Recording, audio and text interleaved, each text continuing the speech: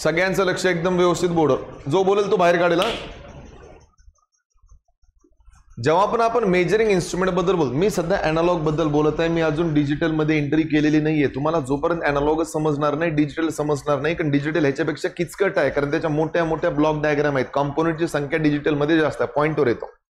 कुठल्या पण मेजरिंग इन्स्ट्रुमेंटचा जो बेस आहे त्याला काय म्हणतात, याचं नाव पीएमएमसी का पडलं, कारण हे दोन वेगवेगळ्या कॉम्पोनेंटनं बनलेले डिव्हाइस आहे.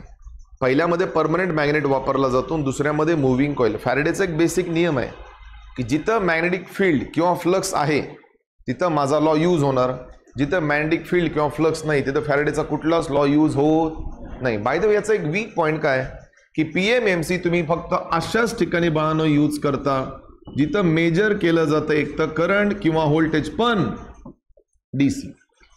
एक्झाम मध्ये जर 2 मार्काला क्वेश्चन आला, state the function of PMMC, आरामात लिहायचं. It is such kind of analog measuring instrument which are normally use to measure the DC current किंवा डीसी. पण एसी वर चालवायचा प्रयत्न केला तर मे बी इन्स्ट्रुमेंट जळू शकतं. याचं दुसरं नाव आहे एमसीजी, ज्याला मूव्हिंग कॉइल गॅल्व्हनोमीटर असं म्हणतात. मी तुम्हाला सरळ पॉइंटवर घेऊन होतो गाईज, काही करून मला डिफ्लेक्टिंग टॉर्कचा फॉर्म्युला पाहिजे, आणि पूर्ण चॅप्टर या फॉर्म्युल्यावर डिपेंड आहे. तो फॉर्म्युला कसा तयार करायचा तुम्ही माझ्यावर सोडून द्या. तर सगळ्यात पहिला जो विषय डोळ्यासमोर येतो त्याला आपण कन्स्ट्रक्शन म्हणू. तुमच्या बुकमध्ये खूप एकदम विचित्र डायग्राम दिलेले आहेत. त्या बुकमधल्या डायग्राम जर तुम्ही कॉपी केल्या, मला वाटत नाही एक्झामिनर मार्क सोडेल. सो याची प्रॉपर डायग्राम जर ड्रॉ करायची असेल तर रेफरन्स बुकला थोडं फॉलो करावं लागेल. सो मी बोर्डवर डायग्राम ड्रॉ करतोय, त्याला तुम्ही फॉलो कराल, चालेल ना. तर मी काय सांगतो पहिले लक्ष देऊन ऐका. तुम्हाला जे पीएमएमसी बनवायचं असेल तर तुम्हाला 2 परमनंट मॅग्नेट लागतील. पहिले इमॅजिन करा, नंतर ड्रॉ करतो. किती परमनंट मॅग्नेट, एन पोल, आणि दोघांच्या मध्ये कोणती फील्ड असते, which is travelling from N pole to. एक गोल असा धातू घेतला जातो, धातू म्हणजे कोर असा, आणि त्या कोरवर कॉईल गुंडाळली जाते. कॉईल एकदम पातळ असते कॉपरची, कारण इन्स्ट्रुमेंट सेन्सिटिव्ह आहे ना. तुम्ही जर थिक कॉईल यूज कराल तर काय खाक मेजर करेल तो. एकदम पातळ कॉईल असते. कॉईलमधून एक वायर वर एक वायर खाली काढलं जातं. असं का, वरून करंट जातो आणि खालून करंट बाहेर येतो. इनपुट अँड हा जो पूर्ण ढाचा आहे ना, हा मॅग्नेटिक फील्डच्या मध्ये ठेवला जातो. त्या कोरला सेंटर मधून ड्रिल केलं जातं, आणि ड्रिल करून मधून स्टीलचा रॉड मध्ये टाकला जातो, कॉल्ड ॲज स्पिंडल. काय, स्पिंडल. स्पिंडलच्या वर असतो बटन, बटनच्या वर कोण असतो, पॉइंटरच्या मागे बॅलन्स वेट, काउंटर वेट. या स्पिंडलच्या वरच्या साईडला एक स्प्रिंग गुंडाळली जाते, खालच्या साईडला एक स्प्रिंग गुंडाळली जाते. स्पिंडल आरामात फिरायला पाहिजे म्हणून खालून एक ब्रॅकेट असतं. या ब्रॅकेटचं नाव आहे पायवॉट अँड ज्वेल्ड बेरिंग. कालचा वड आठवलं सर्वांना. आणि हा पॉइंटर ज्याच्यावर चमकतो त्याला म्हणतात स्केल की कॅलिब्रेटेड स्केल. 5 मिनिटात बघा डायग्राम कशी तयार होते एक्झॅक्टली. सगळ्यात पहिलं मी तुम्हाला ना 2 परमनंट मॅग्नेट दाखव, एकदा सांगणार, व्यवस्थित सांगणार, लक्ष बोर्डवर. 2 परमनंट मॅग्नेट दाखवायची या पद्धतीने, लाईक दॅट. याला नाव दिलं सरांनी एन पोल, आणि याला नाव दिलं समजा सरांनी एस पोल. तुम्हाला सर मॅग्नेटिक फील्ड आत्ताच दाखवायचे, आत्ताच दाखवू नका, शेवटी दाखवा, अदरवाइज डायग्राम तुमची किचकट होऊन जाईल. दोघांच्या मध्ये सरांनी एक ठेवला धातू. धातू कळतो ना सगळ्यांना. धातू म्हणजे कोर कशाचा असतं, एक तर कास्ट आयर्न किंवा कास्ट स्टील. कोर नाही समजत का तुम्हाला. कुठली पण मोटर जड असते ना, कारण त्यात लोखंड असतं की कोर असतो. कोरचं मटेरियल कोणतं असतं, कास्ट आयर्न किंवा कास्ट स्टील. एफडब्ल्यू मध्ये तुम्हाला मॅग्नेटिझम चॅप्टर मध्ये झालेलं आहे, असे ब्लँक बसू नका. विदाउट धातू फ्लक्स पास होत. तर कुठल्या पण मशीन मध्ये मोठा रोल कॉईलचा तर असतोच, पण धातूचा पण असतो. परत एकदा सांगतो, धातू कशाचा आहे, कास्ट आयर्न किंवा कास्ट स्टील, ज्या मोटरमध्ये वापरला जातो. आता या धातूवर सर काय करताय, वाइंडिंग गुंडाळताय. वाइंडिंग कशी गुंडाळताय बघा, लाईक दॅट. किती टर्न्स गुंडाळायचे तुमच्यावर डिपेंड करते की तुम्हाला मेजरिंग इन्स्ट्रुमेंट किती तगडं बनवायचंय. ही मी गुंडाळी, त्याच्यावर वाइंडिंग. हा एक वाइंडिंगचा लेअर सरांनी त्याच्यावर चढवला, लाईक दॅट. याला नावं वगैरे आपण नंतर देऊ, सध्या चुपचाप लक्ष द्या. आता मी याला सेंटरमधून ड्रिल करत आहे पोरो, हो. आणि ड्रिल करून याच्यामधून कोण टाकत आहे, स्पिंडल. Good answer. काय टाकत आहे, एक काम करा, स्पिंडलचा काही पोर्शन असा वर दाखवा, थोडा सेंटरमध्ये वाटला पाहिजे हा, आणि सेम काही पोर्शन खाली दाखवा. हे बघा असं. एवढा खाली जास्त दाखवायची गरज नाही, ठीक आहे, दाखवू पण शकता, तुमच्यावर डिपेंड आहे. याला खाली असं शो केलं जातं, लाईक दॅट, कारण तो आरामात फिरला पाहिजे. नावं नंतर देऊ. वर असतो एक प्रकारचा बटन. बटनच्या एका साईडला काय दाखवलं जातो रे, पॉइंटर नंतर कॅलिब्रेटेड, पॉइंटरच्या मागे असतो बॅलन्स वेट, अपोजिटला असतो काउंटर वेट. से येस और नो? तुम्हाला कॅलिब्रेटेड स्केल अशी दाखवायची, अशी दाखवा, सिस्टमॅटिकली दाखवायची, सिस्टमॅटिकली दाखवा, तुमच्यावर डिपेंड आहे. हां, मॅग्नेटिक फील्ड दाखवा आपण. ही बघा मॅग्नेटिक फील्ड आहे. Is it visible? The magnetic field is travelling from N pole to the south pole. लईच डायग्राम किचकट होऊ द्यायची नाही, जेवढं जमल तेवढं फ्री हँड ड्रॉ करा. सगळं दाखवलं पण स्प्रिंग दाखवायची राहिली. एक स्प्रिंग वरच्या साईडला दाखवायची अशी, एक स्प्रिंग खालच्या साईडला दाखवायची अशी. चालेल का? आता बघायला मी नावं कसे देतो एकदम फास्ट. गाईज कॉल्ड ॲज, लवकर, कोणता वेट, कोणता वेट, याला काय म्हणता आपण? पॉइंटर. याला काय म्हणता? दोन दोन स्प्रिंग दाखवायची गरज नाही, एकच दाखवा. याला काय म्हणता? Permanent magnet. याला काय म्हणता? कॉईल. आणि या बाहेरच्याला काय म्हणता? आणि खालचा जो पार्ट असतो जिथं स्पिंडल बसला याला म्हणता पायवॉट. पायवॉट लिहिलं तरी चालेल, पण बुक्समध्ये याला पायवॉट अँड ज्वेल्ड बिअरिंग असं म्हटलेलं आहे. बोला. आणि पोरांनो, दोन परमनंट मॅग्नेटच्या मध्ये जी फील्ड असते याला मॅग्नेटिक फील्ड असं म्हणतात. Is that clear? This is called as a perfect diagram of PMMC. Diagram कोणी पाठ करेल, it's not a big deal, पण डायग्रामचं वर्किंग थोडं समजून घ्या, कारण वर्किंग महत्वाचं आहे. एक फंडा क्लिअर आहे. मार्केटमध्ये जेवढे काही अॅनालॉग इन्स्ट्रुमेंट असतील, ॲमीटर कोण गायब केला रे इथला? बॅगेट टाकलं काय कोणी? मी रोज बघतो इथं चेंजेस दिसतं मला आलं की. कुठं आहे? वर ठेवलाय, द्या बरं.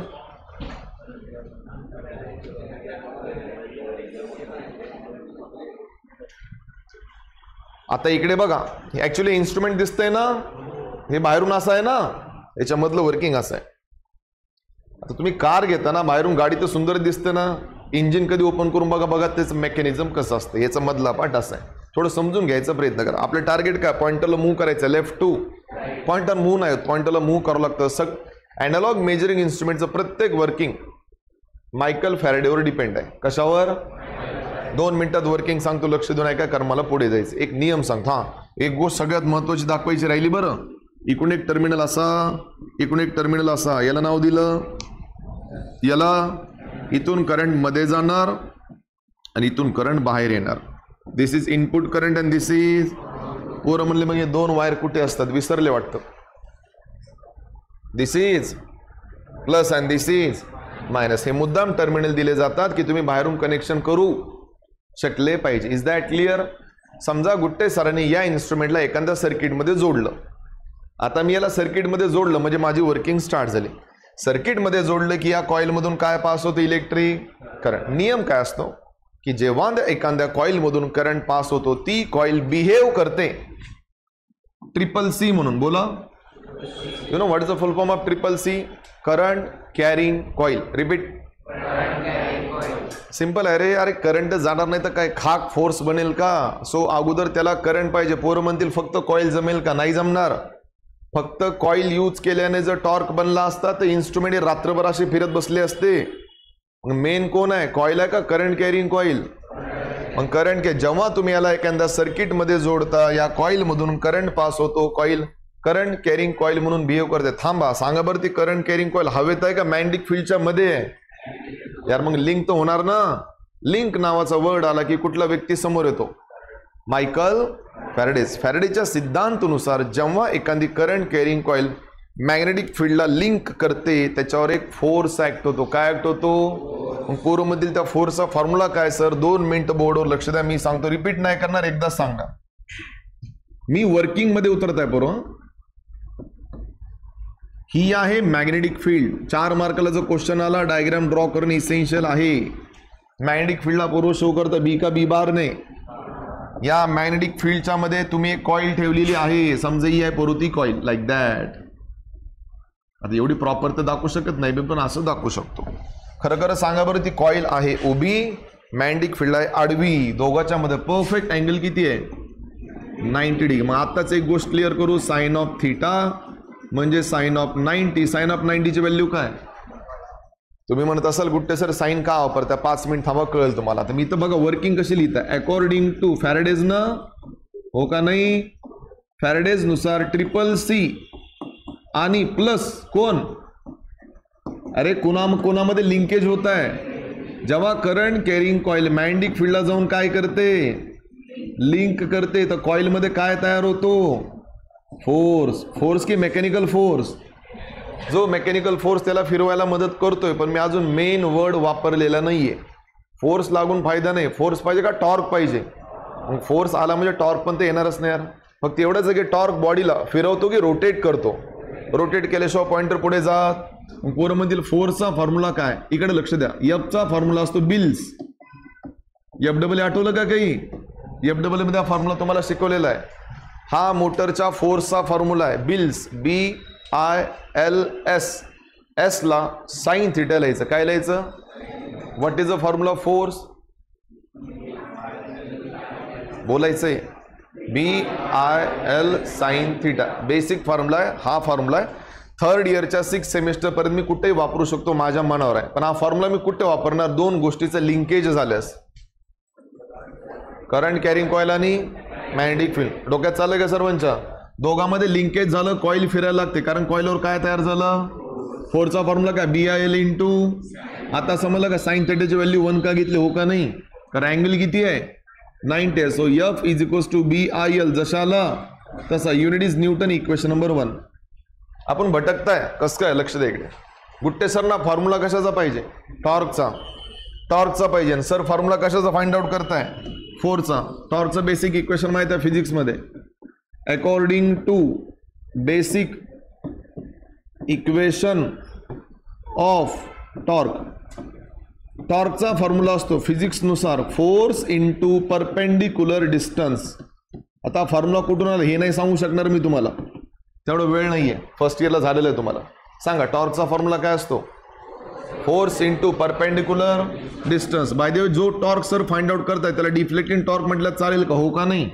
फोर्स F जशाला परपेंडिक्युलर डिस्टन्स म्हणजे हा ही असते पोरो कॉइलची लेंथ आणि ही असते कॉइलची ब्रीड्थ. मॅथ कळतं ना? आता मला सांगा तुम्ही परपेंडिक्युलर डिस्टन्स घेताय म्हणजे तुम्ही ब्रीड्थ घेताय. येस और नो? पण फ्रॉम इक्वेशन नंबर 1 लांबी रुंदी कळते ना? फ्रॉम इक्वेशन नंबर 1 सांगा बरं F च्या ठिकाणी मी काय पुट करू शकतो?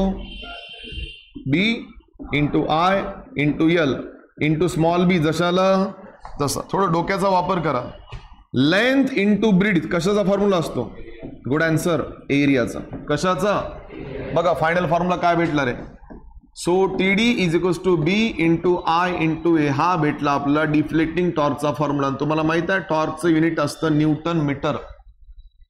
If I say only newton then it is a force. If I say newton metre then it is a torque. पण हा फॉर्म्युला सध्या माझ्या काही कामाचा नाही. हा फॉर्म्युला तिथेच लावायचा जिथे नंबर ऑफ टर्नची संख्या 1 असते. पण तुम्ही ऑब्झर्व केलं का? ही जी डायग्राम आहे पोरांनो, या डायग्राममध्ये कॉइलचे 1 टर्न आहेत का जास्त टर्न आहेत? 1 आहेत का एकापेक्षा जास्त? 100, 200, 400, 500 किती पण असू शकतात. ब्रँच कोणती आहे? पहिला दिवस आहे घ्यायचा. I repeat my words. मला सांगा कॉइलमध्ये 1 टर्न आहेत का एकापेक्षा जास्त? मग मला असा फॉर्म्युला पाहिजे ज्याच्यात n दिसला. मग या फॉर्म्युला कसं बदलायचं मी सांगतो. For nth number of turns. nth number of turns म्हणजे किती मला माहित नाही बरं. हा फॉर्म्युला येतो TD is equals to B into I into N into A. पोरमधील काय चेंज झाला? फक्त मी n टाकला बघा. अरे हा फॉर्म्युला जर एका टर्नसाठी लागू होऊ शकतो, त्यालाच जर तुम्हाला nth नंबर ऑफ टर्नसाठी कन्वर्ट करायचं असेल तर कितीने मल्टिप्लाय करा? सो रिमेंबराइज द कॉम्बिनेशन बीना. रिपीट बीना. We know that the deflecting torque is always measured in newton की newton metre? Newton metre. So 2 फॉर्म्युले पाठ करा. मी भरपूर जणांच्या चेहऱ्यावर बघू शकतो भरपूर जणांना वर्किंग समजलेली नाहीये. जर तुम्हाला एवढ्या साध्या सोप्या भाषेचं वर्किंग समजत नसेल तर पुढचे येणारे काही दिवस तुमच्यासाठी एकदम खतरनाक राहतील. तयारीत राहा थोडं. जे तुम्हाला पहिल्या आणि दुसऱ्या दिवशी वाटलं ना fundamental quantity, derived quantity, physical quantity, ऐकताय का? ते विचारलं जात नाही. This is the main portion of the measurement. So जरा लक्ष द्या. जर तुम्हाला Faraday's law, first law, second law, Lenz law, right hand rule, thumb rule, gripping rule, left hand rule, right hand rule, फ्लेमिंगचा या गोष्टी कळत नाहीत ना, तुम्हाला मशीन्स नाही समजणार. हे सगळं तुम्हाला शिकवलं गेलेलं FEE मध्ये. म्हणून म्हटलं होतं फॅकल्टी FEE ला चूज करताना अशी चूज करा जे सगळे बेसिक कंटेंट क्लिअर करेल. चालले कुठं पण फरक कळतो का थोडाफार?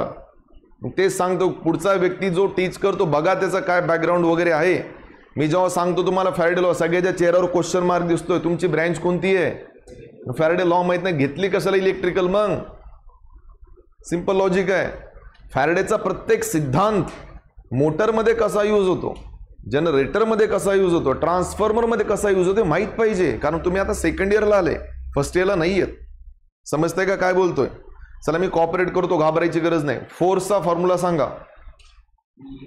बिल्स पाठ करायचं. Bills, BILSS for sine theta. What is the formula of deflecting torque? बिना, भयानक फेमस फॉर्म्युला आहे बरं. आत्ता सांगतो, एवढा फेमस आहे की हा भरपूर ठिकाणी यूज होणार आहे. टीना पाठ करायचं. टीना बॉईज काय पाठ करायचं? टीना. टीना काढून फक्त बी टाकायचं. Is that clear? याच्यावरून मला समजतं की डिफ्लेक्टिंग टॉर्क जो पॉइंटरवर ऍक्ट होतो तो किती गोष्टीवर डिपेंड आहे. बी म्हणजे काय असतं रे? Magnetic field. फ्लक्स म्हटलं तरी चालेल, फक्त एकच जण आन्सर देतो, बाकीचे ब्लँक आहेत. व्हॉट इज मीन बाय बी? अभ्यास करा पोरांनो, तुमचं फ्युचर धोक्यात आहे. तुम्हाला जे आहे ते सांगतोय मी. तुम्हाला कालच काय बोलतो, I was start my day from. तुमच्या असे चेहऱ्यावर क्वेश्चन मार्क दिसले ना, म्हणजे मला एवढं मेहनत घ्यावं लागलं की तुम्ही इमॅजिनच करू नका. म्हणजे तुम्ही काहीच करू नका. क्लास झाला की चालले रील्स, चालले रील्स,